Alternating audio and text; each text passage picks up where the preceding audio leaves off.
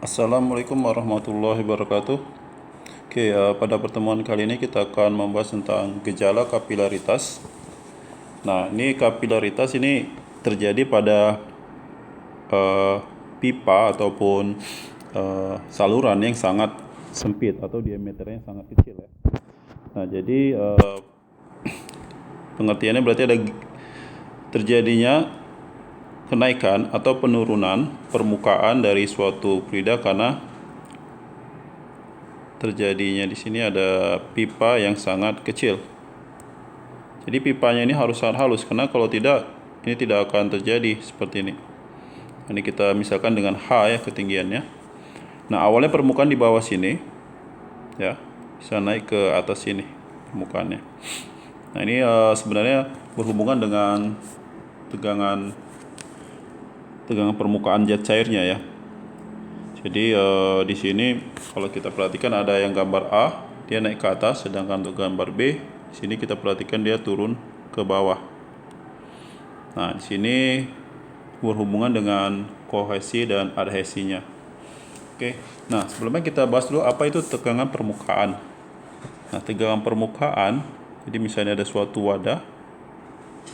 Ini antara partikelnya ada gaya tarik menarik antar partikelnya. Jadi mereka memperkuat seperti itu. Nah, begitu juga dengan yang partikel yang berbeda jenis, misalnya antara dindingnya ya dengan si partikel airnya. Nah, kalau dindingnya dan partikel airnya akan membasahi. Jadi kalau kita perhatikan di wadah air, misalkan minum air, kemudian kalian lihat ada bekas airnya yang tersisa yang melekat di dinding gelasnya. Nah, itu sebenarnya dia ada terikat seperti itu. Tapi kalau untuk raksa, nah ini lebih kuat kohesinya. Kohesi itu yang sejenis ya. Jadi ini ada dua. Yang kohesi ini gaya tarik menarik antara partikel yang sejenis. Nah, sedangkan adhesi ini yang beda jenis. Nah, beda jenis maksudnya tadi misalnya partikel airnya dengan permukaan gelasnya itu beda jenis. Tapi kalau misalnya air sama air itu yang sejenisnya. Oke. Nah, kita lanjutkan. Jadi di sini ada yang namanya kenaikan. Nah, saya buat dulu ya di sini simbolnya. Nah, ini kan sebenarnya ada gaya berat yang ke arah bawah. Ada W ya simbolnya. Tapi ada gaya ke atas. Makanya dia jadi naik. Nah, gaya yang ke atas inilah yang mengakibatkan permukaannya naik ya. Nih, ada F yang ke atas. Jadi kalau saya buat ilustrasinya menggunakan konsep hukum Newton yang kita sudah pelajari sebelumnya ya. Sini bahwa sigma F-nya ini 0. Dia tidak bergerak kan? Jadi sigma F sama dengan 0. Nah, untuk di sini yang ke atas kita buat positif ya. Jadi F dikurang gaya berat sama dengan 0 sehingga F sama dengan W. Nah, F-nya ini sendiri adalah akibat si ini tadi, tegangan permukaan tadi. Ya, ini saya jelaskan dulu untuk tegangan permukaannya. Simbolnya lambda. Ini F per L. L ini panjang sentuhnya. Jadi panjang antara benda yang bersentuhan dengan si cairannya. Nah, jadi F-nya sama dengan L kali lambda. Nah, seperti itu. Nah, tapi di sini kan ada sudutnya nih kan. Kita coba lihat ya. Di sini ada sudutnya nih. Nah, ini ada sudutnya. Nah, sudutnya ini kita buat dengan garis vertikal atau normal ya. Ini adalah theta.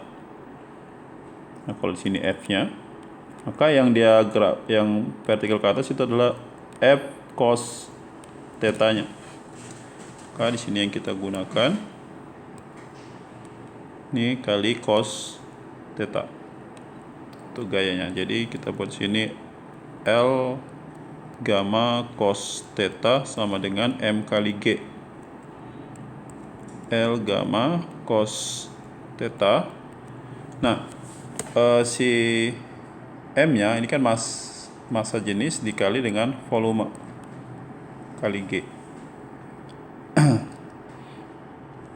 Sekarang kita coba L-nya. L di sini kan berarti kalau dia pipanya bulat, berarti bentuknya lingkaran ya, penampangnya itu kan.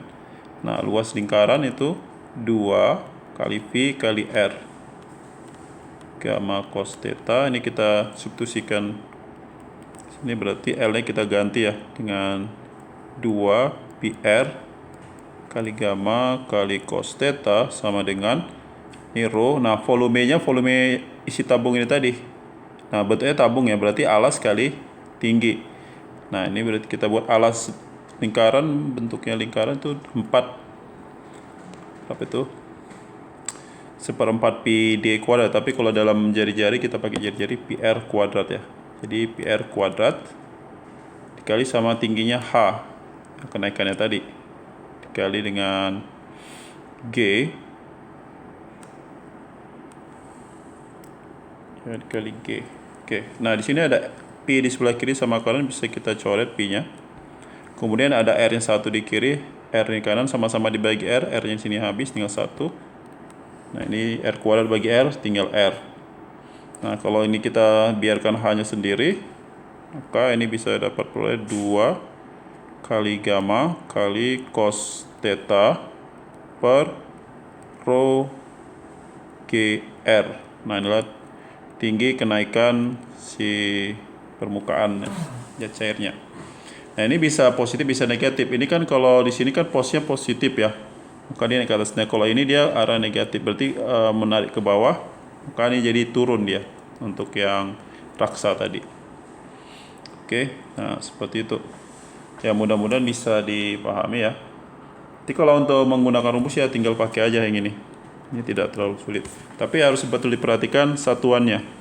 Jadi satuannya kalau misalnya rho-nya itu biasanya harus pakai kilogram per meter kubik, G-nya kayak meter per sekon ya, meter per sekon kuadrat. Tapi kalau nanti ada yang belum sama, misalnya R-nya itu jari-jari kan bisa sangat kecil ya. Ini satuannya milimeter, jangan lupa rubah ke dalam satuan meter. Oke, saya rasa cukup sekian dulu untuk penjelasannya. Dicoba dikerjakan soal-soal yang ada. Oke, terima kasih. Assalamualaikum warahmatullahi wabarakatuh.